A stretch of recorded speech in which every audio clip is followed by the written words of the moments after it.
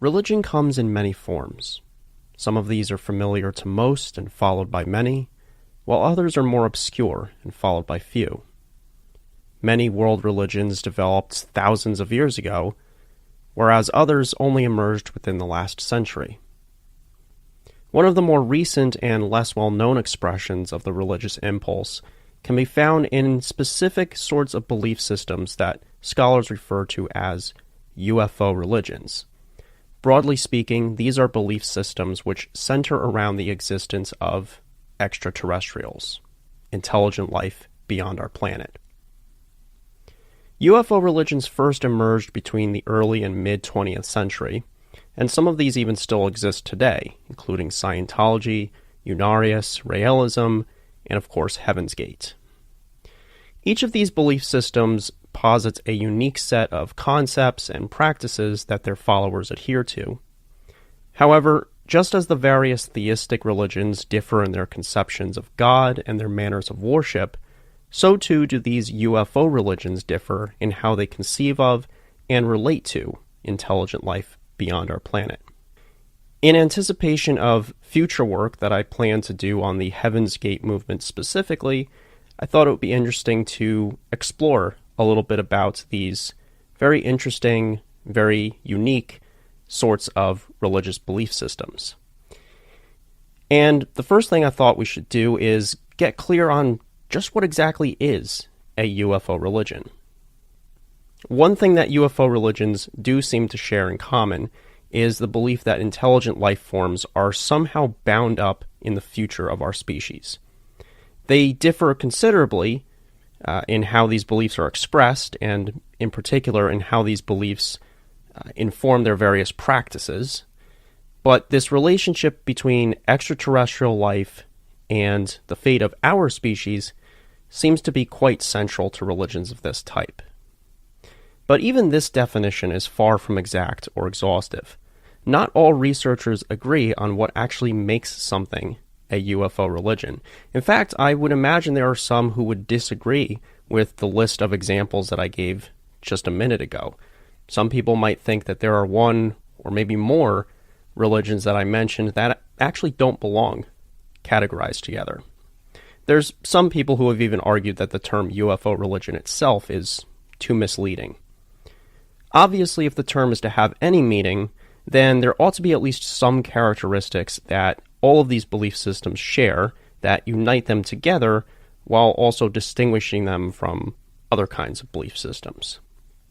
But distinguishing a UFO religion from other kinds of belief systems, religious or not, is somewhat less straightforward than it might appear.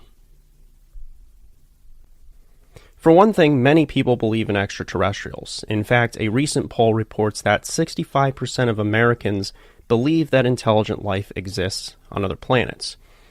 Not all of these people necessarily belong to a UFO religion. Some people may hold their belief in extraterrestrials alongside, while independent from, their own beliefs in some more mainstream religious system. Pope Francis, a few years ago, told massgoers that if it so happened that Martians came down to Earth and wanted to join the Catholic religion, that he would have no problem baptizing them. Now, what makes a claim like that different from believing in UFO religious views? Well, I think it's important to take note of the fact that for Francis, this is informed by his pre-existing Catholic beliefs. The explanation that he gave for this claim was that, in his view, the doors of the Catholic Church are open to all, whether they are from Earth, Mars, or somewhere else in the universe. So it's not like this is part of a larger set of beliefs that relate to extraterrestrials and the fate of our species, or certain practices that are connected to this belief. He's not even necessarily saying that he does believe extraterrestrials exist. He's just saying that if they did, it wouldn't necessarily pose a problem for his religious views. And I think a lot of people probably feel the same way. Above this picture, you can see I have the RACS network and a book on exotheology to kind of point out that there are academics in both philosophy and theology who have been interested in this subject and the implications that the discovery of life beyond our planet might have for philosophical inquiry and religious belief for decades, actually. And to me, that suggests that the question is not settled. In other words, if extraterrestrial life were to be discovered, that it wouldn't necessarily pose a problem for religious belief. And if it did, that those problems would be nuanced enough that academics think it's important to consider them carefully and in some detail. In other words, it's not just a matter of, oh, there's aliens, so we can already predict exactly what those implications would be. What I think is important to take away from this is that belief in life on other planets seems to be independent from religious belief. It's plausible that someone could believe in extraterrestrials without believing in a UFO religion. And in fact, it's not just religious systems that we have to be concerned about in terms of distinguishing a specifically UFO religion from others. There's also plenty of other belief systems that are not religious that could potentially have some relationship to the existence of extraterrestrial life. For example, some people develop complex conspiracy theories related to UFOs that really have nothing to do with religion at all. We may wonder then, at what point exactly does the belief in intelligent life beyond our planet rise to the status of a properly religious conviction? And at what point does a belief system join the ranks of these other UFO religions? So I think that in order to make these distinctions clear, we'll need to add at least a few other components to our concept of UFO religion, something that goes a bit beyond just saying, well, they're religions that have something to do with space aliens. And to that end, I suggest that UFO religions holds to the following characteristics. UFO religions are going to hold first to, obviously, the belief that intelligent life forms exist beyond the planet Earth. Second, that there is some purpose or plan for our species. Third, that these intelligent life forms are related in some way to this purpose or plan. And four, that knowledge about these intelligent life forms and the role that they play in our species' future is something that we can attain. We can know things about them and their relationship to our species. Finally, and I think this is really important, is that from these beliefs, there will follow some set of imperatives, rules, guidelines, or practices that pertain to the fulfillment of this purpose or plan. In other words, there's a path by which we may fulfill the will, so to speak, of these otherworldly entities. The first obvious marker of a UFO religion seems to be their belief in the existence of intelligent life beyond our planet. As indicated earlier, this feature is certainly necessary, even if it's not sufficient, for characterizing a given belief system as a UFO religion. But how do followers of UFO religions conceptualize extraterrestrial life? Who are these creatures? Where do they come from? And what do they have to do with us? Well, each religion of this type is going to vary in how they answer these questions, but generally, a UFO religion's conception of extraterrestrials will express at least a few things. They're going to express that these entities are found outside of our own limited experience. In other words, they're from somewhere else. That they are more advanced than humans in some way or another. And that they are in some capacity interested and invested in our welfare. A UFO religion might express each of these characteristics in a variety of ways, and as we'll see, many of the ways in which UFO religions have conceptualized their extraterrestrials actually points to something a lot deeper than just a sketch of, say, their outward appearances. Rather, the way in which a UFO religion imagines these entities to look and act like also serves to express certain ideas they might have about ourselves, about who we are, and about who we want to become. In the first place, extraterrestrials, by definition, are entities, intelligent entities, that hail from somewhere other than our own planet. They are from somewhere beyond the planet Earth. But where specifically they come from might vary from one UFO religion to another. Some might hold that these entities originated on another planet, another solar system, galaxy.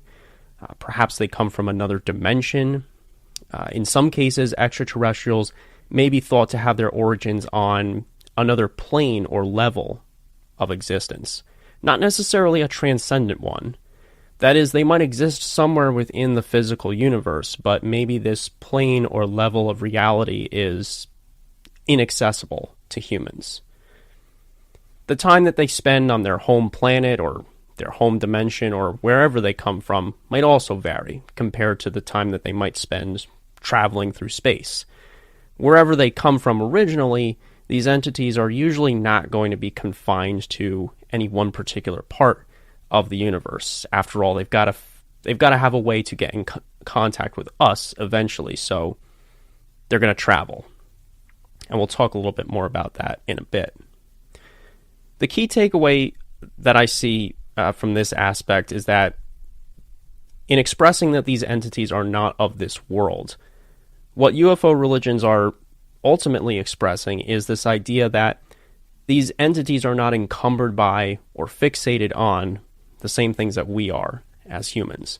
And this is really important because it lends credence to other ideas within the structure of most UFO religions, chief among these being the role that these entities will play in our, for lack of a better word, salvation, in order to rescue us, guide us, or transform us from our current limited state as humans. These otherworldly creatures must be exempted from our particular condition. So, like, just as Christ was able to sacrifice himself for the sins of others precisely because he himself was without sin, just as the Buddha was able to guide others on the path to enlightenment precisely because he himself had shaken off the chains of attachment. In the same way, extraterrestrials have to be placed in a position that is free of the same things that weigh us humans down. And what better way to express this in concrete terms than to say that their very origins are different from ours? In most, if not all, UFO religions, and perhaps in most accounts of extraterrestrials, I suppose, religious or not, these entities are depicted as being more advanced than human beings. And this idea can have a number of interesting connotations. For example, a UFO religion might hold that extraterrestrials are technologically advanced compared to humans, like, for example, having the ability to travel through space at higher speeds and across longer distances than we're presently capable of doing. They're often described as being more intelligent, that is, more cognitively developed than humans. They might be spiritually, socially, even emotionally more mature than humans are. And very often, the way that a UFO religion depicts the anatomy of their extraterrestrials actually serves to personify some of these other characteristics, which I find really interesting. For example, space aliens are sometimes described as having larger heads. Maybe that expresses this idea that they are more intelligent than we are. Maybe because they have bigger heads, they've got bigger brains. Makes sense. In other cases, the anatomical characteristics that a UFO religion might ascribe to their extraterrestrials may actually represent certain underlying assumptions or even aspirations, I guess, that believers in a UFO religion have about some future, perhaps more ideal version of human beings. Like, for example, extraterrestrials are sometimes described as having less body hair than humans, and in some cases no hair at all. And that's kind of interesting because some scientists have actually speculated that as human beings continue to evolve, future generations will progressively lose more and more body hair. We've apparently been doing this since we evolved from apes. You'll notice that there's quite a big difference between the amount of body hair that apes have and the amount that humans have. Maybe one day we won't have any body hair. And if the way in which extraterrestrials are conceptualized speaks in some way to the manner in which we might experience or imagine some ideal version of our own species, maybe one that we're working towards, then perhaps these descriptions of hairless aliens is a way of concretizing this eventual passing from one stage of our evolution to another. Other common features of extraterrestrial anatomy, at least as far as it's imagined or envisioned, may be more of a practical consideration. Like, quite often their bodies are more slender than ours. They have less body fat, less muscle. This could be due to a variety of things, like the conditions of whatever planet they originate from. It might be the case that they spend a lot of their time in zero gravity, so maybe they just don't need extra weight. Another way in which the anatomical makeup of these entities might personify some other, perhaps less concrete aspect of their existence is that in both religious and non-religious believers in space aliens, these entities are quite frequently described as lacking any obvious sexual organs. That's quite different from most animals on Earth, including humans. And depending on the particular UFO religion in question, this feature could represent really a number of ideas. Within the context of UFO religions specifically, leaving aside secular conceptions of extraterrestrial life, my view is that depicting extraterrestrials as not having sexual reproductive organs, I think speaks to a couple of things. Perhaps it speaks to their detachment from the anxieties and struggles that come about as having to reproduce. Perhaps these otherworldly creatures are not encumbered by the same desires and drives that we are. Maybe their focus in life is more regimented. Maybe you could even say saintly. For many, many religions, if not all, sexuality is one of the biggest things that is coded, that is contextualized within that particular religious system. It's the one that is given prescriptions and prohibitions. And why wouldn't that be the case for a religion that happens to center around extraterrestrials? You know, just as God in many theistic religions is maybe spoken about primarily in masculine language, but many religious believers would say that they don't consider God to have a particular gender. I think that's probably true even within a lot of mainstream religious believers.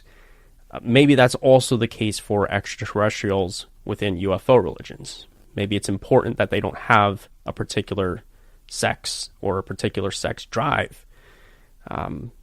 They're beyond all of that. I want to try and avoid relying too heavily on Heaven's Gate terminology because that's just my personal, the group that I'm personally more interested in, but I think they say it best when they say beyond human. Extraterrestrials are beyond human. So the point of all this is that the physical descriptions of extraterrestrials and UFO religions often expresses other ideas about not only the character of these creatures, but also reflects the religious believers' views of human beings, about who we are and who we're striving to become. Another thing that it expresses is that these extraterrestrials can do certain things that we can't, and that they know certain things that we don't. And this is going to play a huge role in the relationship that they share to us as a species and to our purpose or plan that they're going to play some part in. Which brings me to my final point with respect to how UFO religions conceptualize extraterrestrials. And that is that in general, UFO religions conceptualize extraterrestrials as having compassion for us. There might be some exceptions, like some UFO religions might have multiple races of extraterrestrials, and not all of those might be benevolent, but the ones that they're going to be most concerned with, generally speaking, are going to have compassion for us. They're going to be interested in our welfare. They've got a plan for our species, whatever that might be. And their role in this plan might be that of saviors, teachers, messengers, in many cases our creators, or maybe some combination of all of these. Their advanced knowledge and capacities, their compassionate nature towards us, and their origin from somewhere outside of our own limited experience all serve to affirm their role in this eventual end toward which humanity is supposed to be working.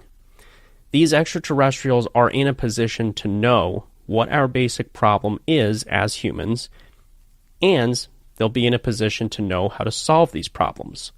And finally, they will have the desire and the capacity, hopefully, of course, to help us out with that. Like many other religions, a UFO religion will generally hold that there is some purpose or plan for our species, and this can take a variety of forms, including notions of salvation, like we're going to be saved from something, maybe saved from ourselves. It could be reconciliation. We could be reconciled with our extraterrestrial creators in some religions. It could be transfiguration, like maybe we'll be physically and spiritually transformed into something else.